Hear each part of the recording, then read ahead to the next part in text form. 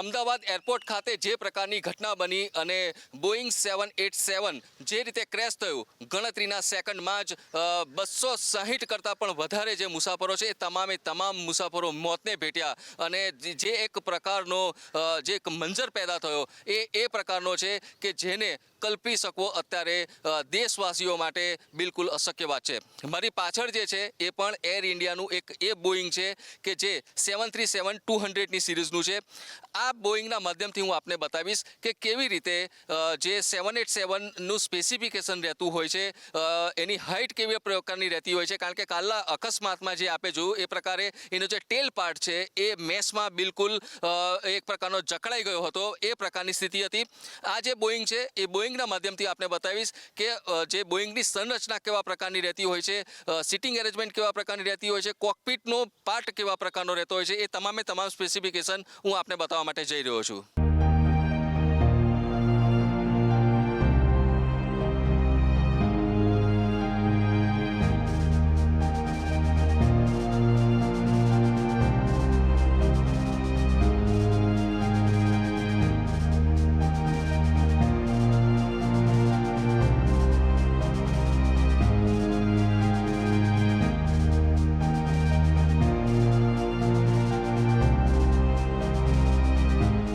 તો મેં જે પ્રકારે તમને કીધું એ આ 737-200 એર ઇન્ડિયાનું બોઈંગ છે. આ બોઈંગનું જે સ્પેસિફિકેશન છે ભલે જૂનું છે, પરંતુ થોડું ઘણું 787 જે ડ્રીમ લાઇનર કાલે ક્રેશ થયું એની સાથે ઘણું બધું મળતું આવે છે. જે પ્રકારે હું તમને દ્રશ્યો બતાવી રહ્યા છે એ બિલકુલ એન્ટ્રન્સનો પાર્ટ છે. અને ત્યાર પછી લગેજ સેમ રીતે આ સેકન્ડ ડોર છે એન્ટ્રી માટેનો. અને જે બોઈંગ 787 છે એ 787માં 242થી 290 જેટલા મુસાફરો છે એ મુસાફરો બેસી શકે એવી વ્યવસ્થા છે. અત્યારે જો મેં બોઈંગમાં એન્ટ્રી લઈ લીધી છે, આ ગેટનો પાર્ટ છે. અને તમને આજુબાજુમાં તમે જોશો તો આ જે એન્ટ્રન્સ માટેની જે જગ્યા છે એ જગ્યા ખુલ્લી રાખવામાં આવી છે. અને જે ડાબી અને જમણી બાજુની જે જગ્યા છે તો એ બિલકુલ 787ના સાથે મળતી આવેલી જે સ્પેસિફિકેશન છે એ છે. અને આ પ્લેન જે 787 છે એમાં 13,530 કિલોમીટર સુધી નોનસ્ટોપ આ ઉડે છે. અને 1100થી વધારે બોઈંગ અત્યારે જે છે એમાં 787 ડ્રીમ લાઇનર છે, એનો મોટી ઇન્ટરનેશનલ જે એરલાઇન્સ છે એમાં એનો ઉપયોગ થતો હોય છે. અને જે નાના મોટા અવાજો છે તો એમાં 737 મેક્સ મોડલ કરતાં પણ એ અવાજ ઓછો કરે છે.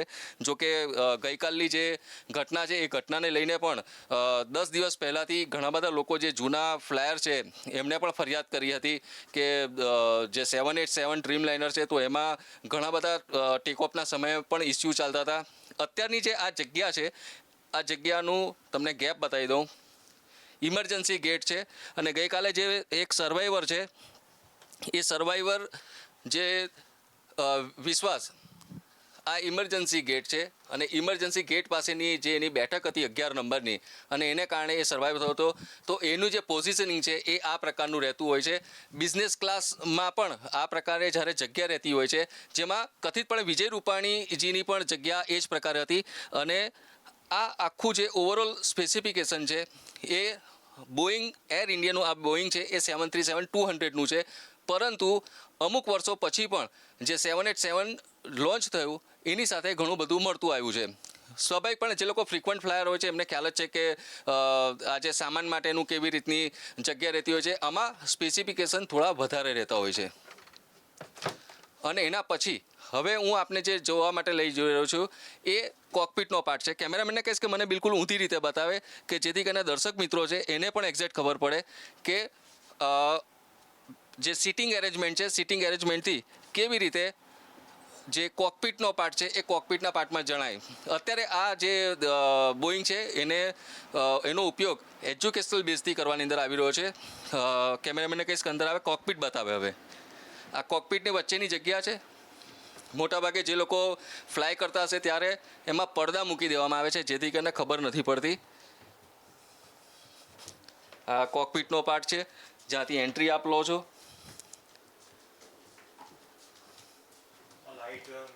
અને એના પછી આ આ એ મેઇન જગ્યા છે.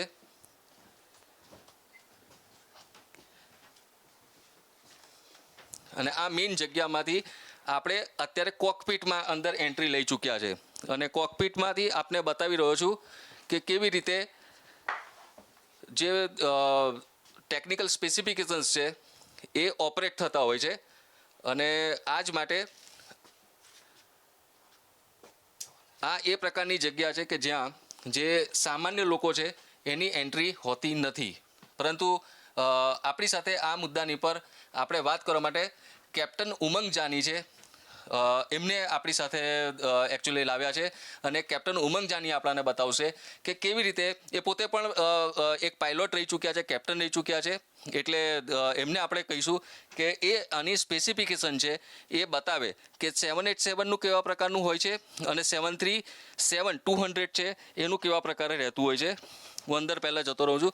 કેપ્ટન પ્લીઝ કમ, આવો.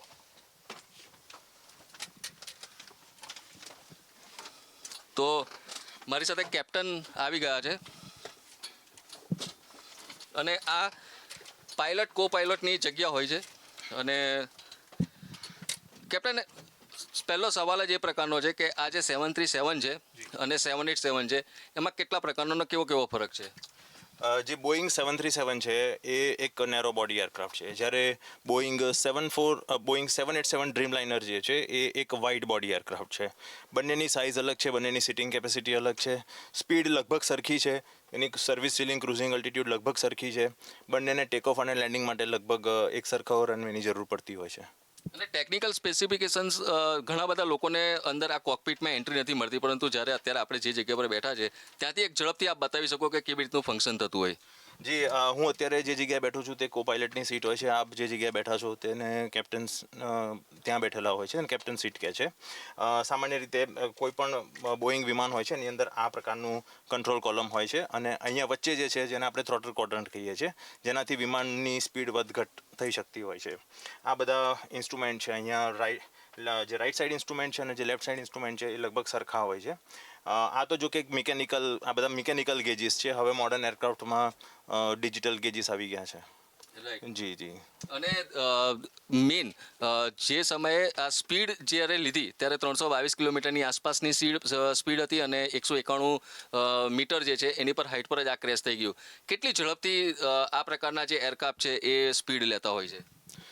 સામાન્ય રીતે 4000થી માંડીને 6000 ફીટ સુધીનો રનવે સામાન્ય રીતે કોઈ પણ જે મોટા એરક્રાફ્ટ હોય છે લેતા હોય છે. જેમ એરક્રાફ્ટ મોટું હોય, જેમ વજનદાર હોય, જેમ વાતાવરણનું તાપમાન વધારે હોય તેમ રનવેની લેન્થ વધારે જોવા મળતી હોય છે.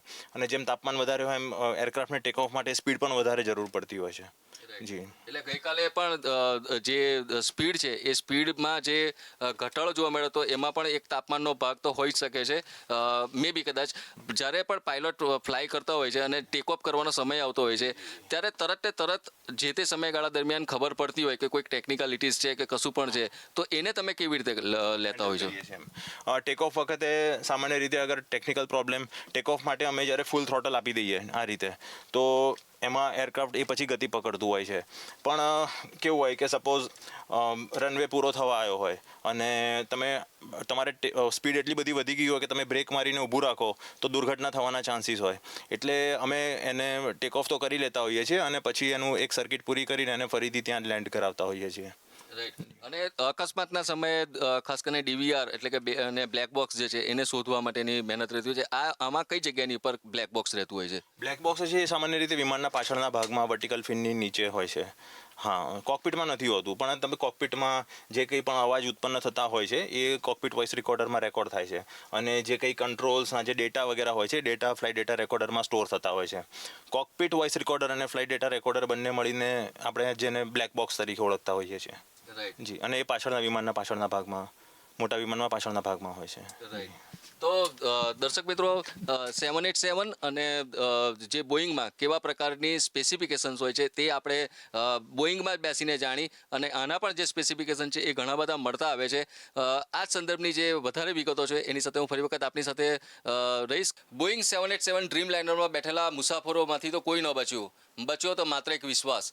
પરંતુ જે મુસાફરો અંદર બેઠા હતા એ ઘણી બધી વસ્તુઓ પોતાના મનમાં લઈને બેઠા હતા, એક પ્રકારની એવી ભાવનાને લઈને બેઠા હતા, વિદેશની ધરતી પર ઉતરવાના હતા, અનેકના સપના અલગ અલગ પ્રકારના હતા, અમુક શ્રદ્ધાંજલિ આપવા માટે આવ્યા હતા, તેઓ પોતે ખુદ શ્રદ્ધાંજલિ બની ગયા.